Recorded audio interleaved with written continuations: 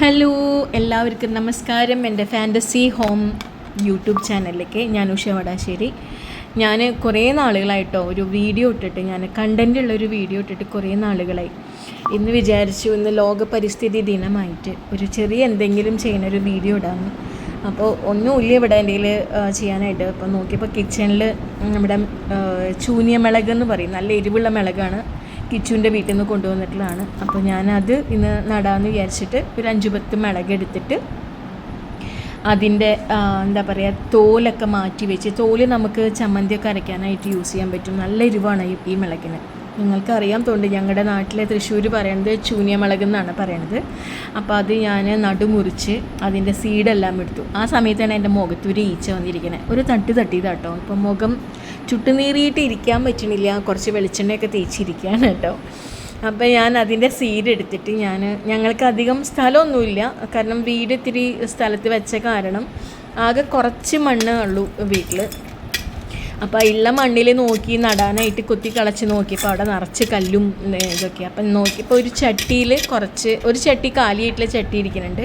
അതിൽ ഞാൻ കുറച്ച് മണ്ണൊക്കെ ഇട്ടിട്ട് അതിലിടാമെന്ന് വിചാരിച്ചിട്ട് ചട്ടി എടുത്ത് മണ്ണൊന്ന് ഇളക്കി അതിൻ്റെ ഉള്ളിൽ ഈ കുറച്ച് സീഡ് ഇട്ട് കൊടുത്തു.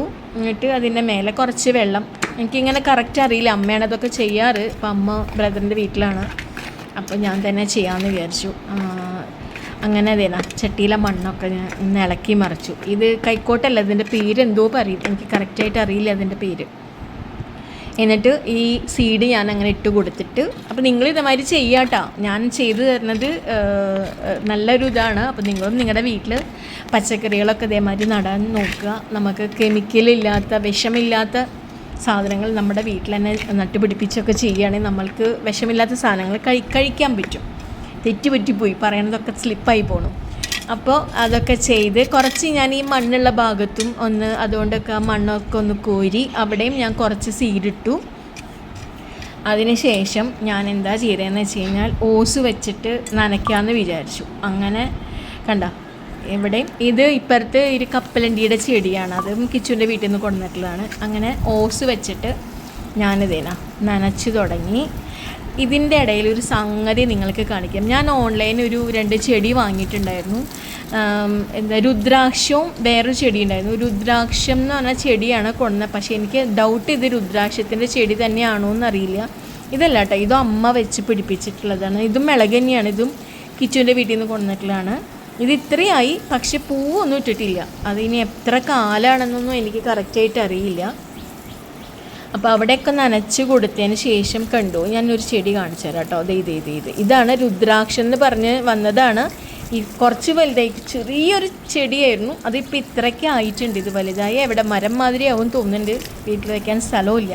അപ്പോൾ ഞാൻ കിച്ചുവിൻ്റെ വീട്ടിലേക്ക് കൊടുത്തയക്കും, ഇല്ലെങ്കിൽ അമ്മൂൻ്റെ വീട്ടിലേക്ക് കൊടുത്തയക്കും.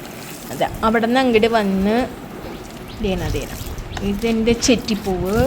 അതിൻ്റെ ഇടയിൽ ഇവള് ഒന്ന് വെള്ളം ഓസ് നനച്ച് കഴിഞ്ഞാൽ അവൾക്ക് മേത്തൊന്ന് ആക്കി കൊടുക്കണം, എൻ്റെ ഡോഗിനെ സ്പോട്ടിക്ക്. അപ്പോൾ അവൾ തിരിഞ്ഞ് നിന്നു. അപ്പോൾ അവളെ മേത്തൊന്ന് വെള്ളം ഒന്ന് തെളിച്ച് വീണ്ടും നനയ്ക്കാൻ നിന്നു ഞാൻ. രാമത്തുളസി ഉണ്ടായിരുന്നു അവിടെ.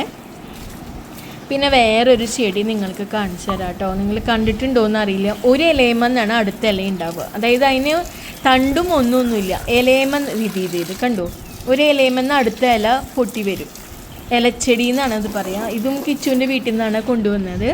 പിന്നെ അവിടെ ഒരു കമ്പിത്തിരി ചെടിയുണ്ട്, കമ്പിത്തിരി മാതിരി വരും, അതും ഒരു പൂവുണ്ടാവുന്ന ചെടിയുണ്ട്. അത് കാണിച്ചു തരാം, ലാസ്റ്റ് വീഡിയോയിൽ വരുന്നുണ്ട് തോന്നുന്നു. ഇത് അലോവര. പിന്നെ ഞാൻ കറിവേപ്പില ഉണങ്ങിപ്പോയി കിടക്കുകയായിരുന്നു. ഇപ്പോൾ അത് ഇത്രയും നല്ല പുഷ്ടിച്ച് വന്നിട്ടുണ്ട്. വീട്ടിൽ ഞാൻ ഉപയോഗിക്കേണ്ടതൊക്കെ ഇതിൽ നിന്ന് തന്നെയാണ്. ഇതിൻ്റെ പേര് എനിക്കറിയില്ല ഈ ചെടിയുടെ. ഇപ്പോൾ ഇത്ര വലുതായി. ഇത് അമ്മൂൻ്റെ വീട്ടിൽ നിന്ന് കൊണ്ടുവന്നിട്ടുള്ളതാണ്. ഇത് സ്നേക്ക് ചെടി. ഇത് വീട്ടിൽ വെച്ച് കഴിഞ്ഞാൽ സമ്പത്ത് കവിഞ്ഞു കൂടുന്നൊക്കെ പറയുന്നുണ്ട്. എൻ്റെ വീട്ടിൽ നിന്ന് പോവുക അല്ലാണ്ട് വരവൊന്നുമില്ല കേട്ടോ. പിന്നെന്താ ഇത് ഞാൻ കട്ടുപിടിച്ച് കൊണ്ടുവന്ന ചെടിയാണ്. ഇത് ഞാനും അമ്മും കൂടിയിട്ട് നാഗത്തിൻ്റെ ഇതിന് വേണ്ടി ഒരു അമ്പലത്തിൽ പോയി, അവളുടെ തറവാട്ട് അമ്പലത്തിൽ പോയി വരുമ്പോൾ ഈ ചെടി കണ്ടപ്പോൾ ഇഷ്ടമായി, അവിടെ നിന്ന് പൊട്ടിച്ച് കൊണ്ടുവന്നു. അങ്ങനെ വെച്ചിട്ടുള്ളതാണ്, നിങ്ങൾ ആരോടും പറയല്ലേ. പിന്നെ പനിക്കൂർക്കയുടെ ഇലയുണ്ട്.